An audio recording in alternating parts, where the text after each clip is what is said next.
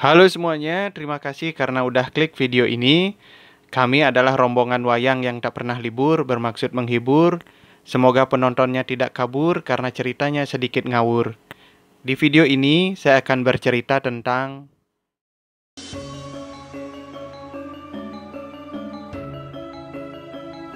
Ogoh-ogoh adalah karya seni patung dalam kebudayaan Bali yang menggambarkan kepribadian Buta Kala. Buta Kala digambarkan sebagai sosok yang besar dan menakutkan, biasanya dalam wujud raksasa.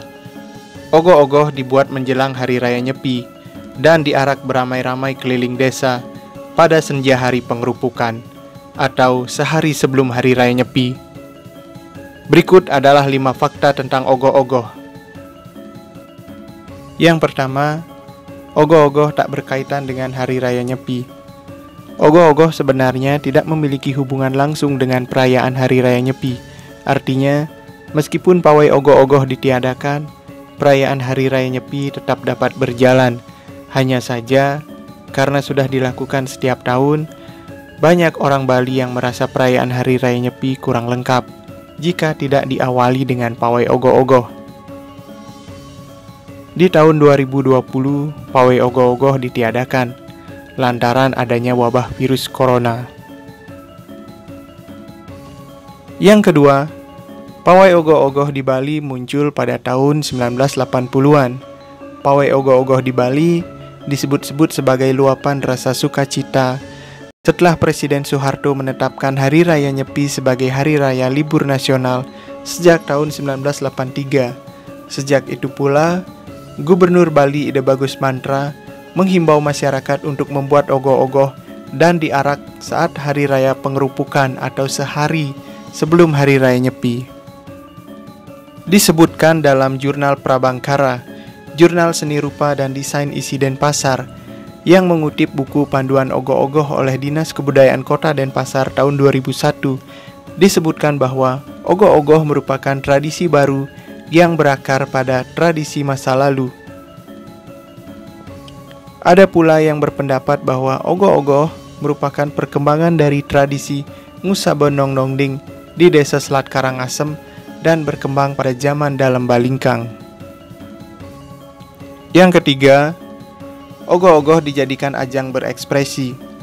Pawai ogoh-ogoh saat malam pengerupukan di Bali telah menjadi wadah berekspresi khususnya bagi para anak muda di Bali. Biasanya mereka mengangkat kisah mitologis untuk kemudian dituangkan ke dalam wujud ogoh-ogoh. Tak jarang juga mereka mengangkat tema sehari-hari yang kerap digunakan sebagai ekspresi kritik terhadap fenomena sosial. Selain sebagai ajang berekspresi, pembuatan ogoh-ogoh di masing-masing banjar juga menjadi wujud kebersamaan, mulai dari proses pembuatan hingga pementasan saat malam pengerupukan. Keempat, kampanye ramah lingkungan. Saat ini, para generasi muda kembali menggunakan bahan-bahan ramah lingkungan seperti bambu dan rotan dalam proses pembuatan ogoh-ogoh mereka. Sebelumnya, banyak yang membuat ogoh-ogoh menggunakan styrofoam dan spon. Kedua bahan tersebut tidak dapat terurai dalam tanah. Sejak tahun 2015, penggunaan styrofoam dan spon busa tidak lagi diperbolehkan karena berbahaya untuk kesehatan dan lingkungan. Sejak itu pula, ogoh-ogoh ramah lingkungan mulai gencar dikampanyekan.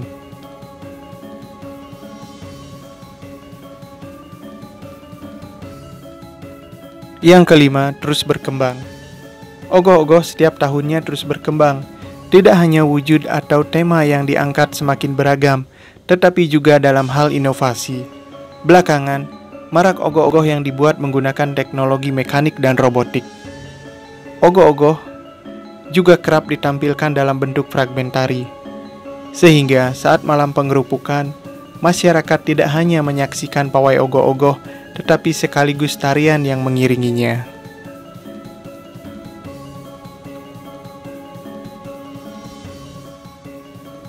Dari sekian banyak jumlah ogoh-ogoh yang ada di Bali, setidaknya ada 3 ogoh-ogoh yang selalu menjadi perbincangan di masyarakat.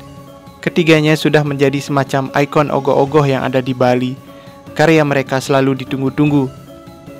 Yang pertama ada SD Sentana Luhur Banjar Klodan Tampak Siring Pada tahun 2020 ini dia mengangkat tema Raja Buduh. Yang kedua ada SD Yohana Sakabuana, Banjar Taensiat Denpasar, yang tahun ini mengangkat tema Dedong Agung.